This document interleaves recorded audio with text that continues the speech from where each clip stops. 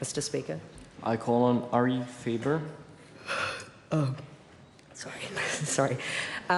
When a crisis reaches a tipping point, we require a fundamental shift in our status quo.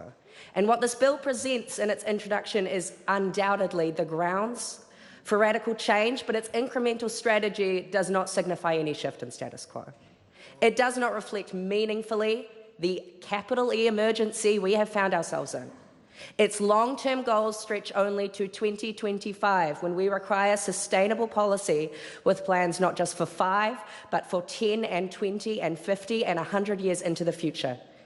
I will support this bill insofar as it has the potential to incrementally lower Aotearoa New Zealand's carbon emissions, but I will unambiguously support this bill and other future climate legislation when they provide the transformational and fundamental shift in status quo that we require.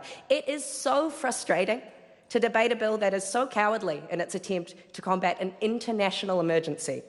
It is so frustrating to see a bill so minimal in its scope be shut down by those across the aisle when we should be standing in solidarity to send a collective message for literally the future of our generation.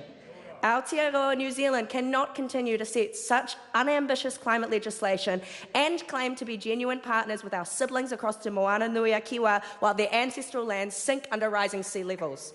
Aotearoa New Zealand cannot continue to pay lip service to rangatahi voices without action that secures us meaningful futures.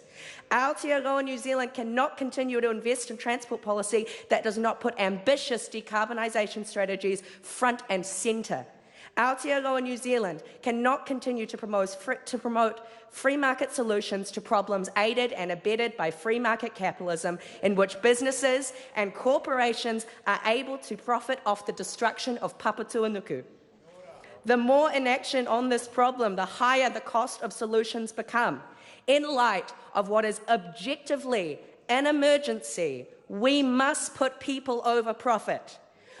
We cannot continue to put financial burdens of sustainable energy ahead of the future of our planet, when the risk in this risk-benefit analysis is literally planetary extinction. Thank you.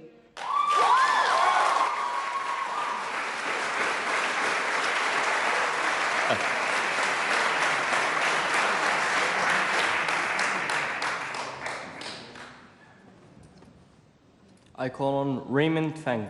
Thank you, Mr. Speaker. We know